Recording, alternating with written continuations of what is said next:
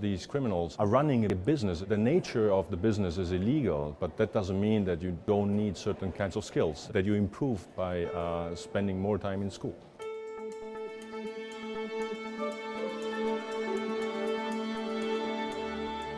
Welcome to the Royal Economic Society conference. I'm here with Giovanni Mastrobuoni, who's Professor of Economics at the University of Essex. And Giovanni studies the economics of crime. Now, you might have all seen The Godfather. We know there is the son who comes back from university and takes over the family business. From your research, can we say that an extra year of education for criminals is really an offer they can't refuse? That's correct. We do find that an extra year gives them those extra skills to improve the family business, meaning the Mafia family. We use data from the Italian-American mobsters in the 1960s.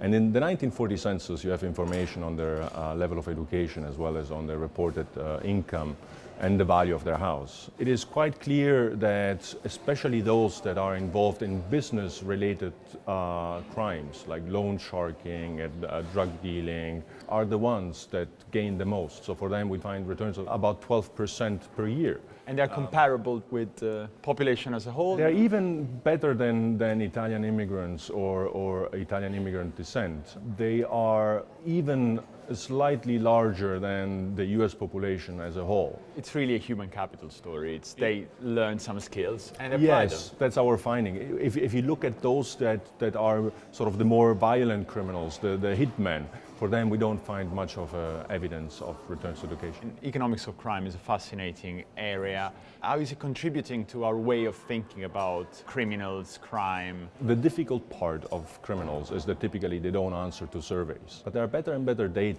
of how they think, on how they behave, what makes a career, what kind of incentives do they face. And do you agree that we should really think of criminals, maybe just like professionals? I mean, it's illegal, but it's not very different. Yes, so I'm a trained labor economist. When I tell people what I do, they always look at me and I'm like, well, but these are workers. They're like any other workers. I mean, they respond to incentives. Should authorities be thinking of crime in a different way, do anything differently in order to, really reduce crime? I still think that education has a protective effect. So in other words, people that have higher levels of education are less likely to engage in crime. And yet, it is also true that if you still decide to be a criminal, it is better to be a better educated criminal than a poorly educated one. Yes.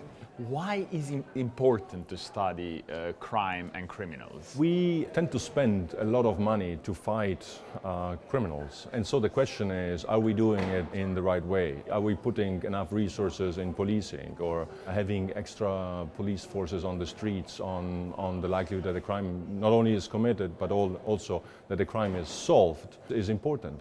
And it is also important sort of to find out whether an extra year of prison time deters criminals from committing the crime altogether.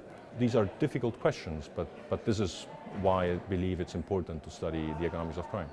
So what are the key takeaways from your research? I think the most important finding is that criminals respond to incentives. This has been controversial. Many sociologists, many criminologists, they believe that criminals do not respond to incentives. They're not deterred if you increase the sanctions. They are not deterred if you increase the police presence on the streets. They're irrational. They are irrational, exactly. My research is about providing empirical evidence how individuals behave, and what I typically find is that they respond to incentives a lot. Thank you very much.